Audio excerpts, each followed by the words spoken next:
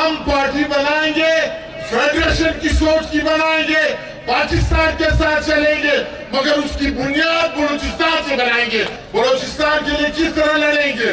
ہم لڑیں گے ضرور, ہم سینٹ میں بھی لڑتے ہیں اور لڑتے رہیں گے اور لڑے بھی ہیں. ہمارے ساتھ ایسے ٹیلنٹڈ لوگ آپ کے سامنے بیٹھے ہیں, شاید کچھ لوگ جانتے نہیں ہو اندر سے اس کو. آگے اندازہ کرنا چاہیے کہ یہاں پہ بلوچستان میں جو سیاست ہوتی ہے, یا تو بلوچ قوم پرست اپنی سیاست کرتے ہیں, یا تو پشتون قوم پرست اپنی سیاست کرتے ہیں, اور کوئی مذہب کی نام پہ سیاست کرتے. ہمارے بھائی ہیں, میں ان کے خلاف بولنا نہیں چاہوں گا, مگر اس فیڈریشن کو, اس صوبے کو, اس شہر کوئٹہ کو کسی نے نہیں سوچا کہ یہاں پہ رہنے والے جتنے اقوام ہیں, جتنے یہاں کے باسی ہیں, وہ یا تو بلوچ ہے, یا پشتون ہے, یا پنجابی ہے, یا ہزارہ ہے, یا ہندکو ہے, یا اردو سپیکنگ ہے, مگر ہم نے اکٹھے کسی کو نہیں کیا. ہر ایک اپنے مورچے سے جنگ لڑ رہا ہے, اپنی ذات اور مفاد کے لیے لڑ رہا ہے. انہوں نے یہ نہیں سوچا کہ ہم بلوچستان کے عوام کے لیے, بلوچستان میں رہنے والے مظلوم عوام کے لیے کس طرح لڑیں. یہ سوچ آج سے 8 سال پہلے ہم جب سینٹ میں گئے, ہمیں کہا گیا بہت سی جگہوں سے کہ آپ پیپلز پارٹی جائے, آپ مسلم لیگ جائے, آپ پلانے پارٹی جائے. مگر اس وقت کے جو چیئرمین سینٹ تھے ہمارے سامنے بیٹھے ہوئے ہیں, سنجرانی صاحب, صادق سنجرانی صاحب, اس نے کی جتنی لیڈرشپ ہے یہاں پہ بیٹھی ہوئی ہے, ہم نے ایک فیصلہ کیا. ہم نے, حالانکہ لوگ بولتے تھے یہ فیصلہ ان کا ناکام ہو جائے گا, مگر ہم نے فیصلہ کیا کہ نہیں, ہم پارٹی بنائیں گے, فیڈریشن کی سوچ کی بنائیں گے, پاکستان کے ساتھ چلیں گے, مگر اس کی بنیاد بلوچستان سے بنائیں گے, کیونکہ بلوچستان کی بنیاد ہے سب چیزوں کا. تو ہم نے پھر یہ فیصلہ کیا کہ ہم,